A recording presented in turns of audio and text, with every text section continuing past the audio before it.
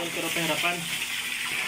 Higit 1 kilo yung gayang gurami natin. Ito na sila. Pero may stress na sila mamaya. Yan. So, nagdagdag na tayo ng tubig. Dito na sila kalaki mga idol. No? Kaya may mga tilapia kasi tayo dito eh. Kasi yung tilapia dito na naligaw. May tatlo ako nakita dito na tilapia eh. So, yung mga tilapia natin no? Dito. Yan kami. Nagkukulain na sila ng tubig dito rin eh. So kailangan natin lagay ng irrigation na kagaya ganyan. Ito o, nalaki natin o. Bakit naligaw yan dito? O, laki na yun o. Ilang gram pa kaya ito? Isang 100 megit na.